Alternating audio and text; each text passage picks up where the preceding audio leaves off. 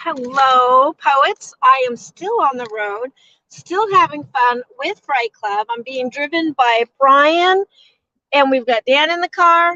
Hi, guys. Hi.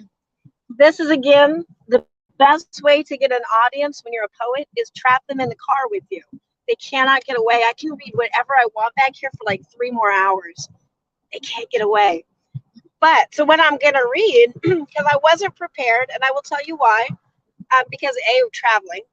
B, I've been reading this, which if Anthony watches this is he suggested this book to me, and I wanted to read it. Sorry, that's my RVs in my lap. This is real road trip. This is not staged, people. This is authentic. But Anthony has been telling me to read R.A. Lafferty, and we went to Tulsa, and I didn't get to go see anything by R.A. Lafferty on this trip, but there's going to be more. But I thought, how appropriate, I will start this book at that time. But it's not poetry, and this is a poetry moment, or a poetry few moments, so I'm going to prove a point. The other book I'm reading this weekend is this one by Dan B. Fierce, the same Dan B. Fierce that you see sitting here.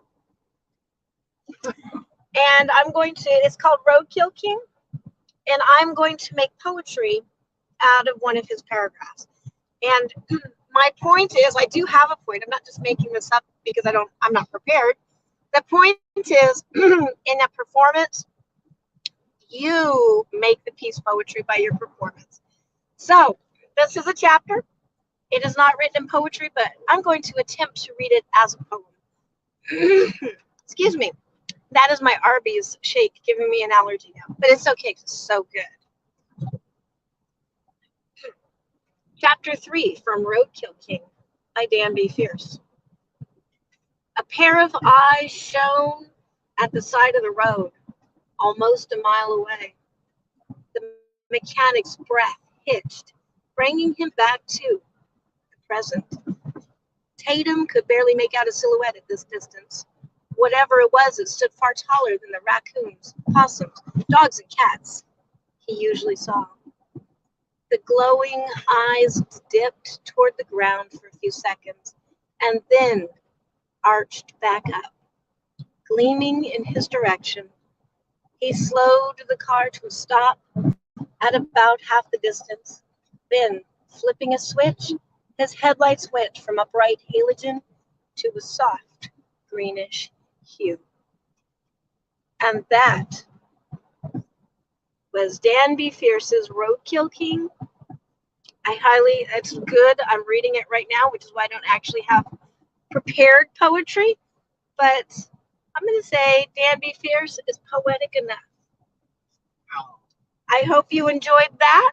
This has been another poetry challenge. I've survived April. I'm doing it. I've only got another week left. I probably just jinxed myself. Something's going to happen. My phone is going to break, and I'm not going to be able to finish this. But so far, so good.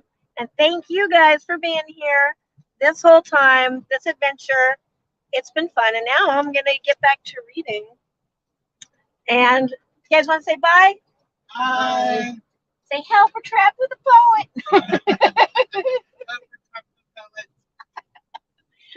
And tomorrow I will be streaming again from my office, just like normal, unless I've jinxed myself and there's a fire and the house burns down or anything like that. Otherwise, I will see you from wherever. Love you guys, and bye.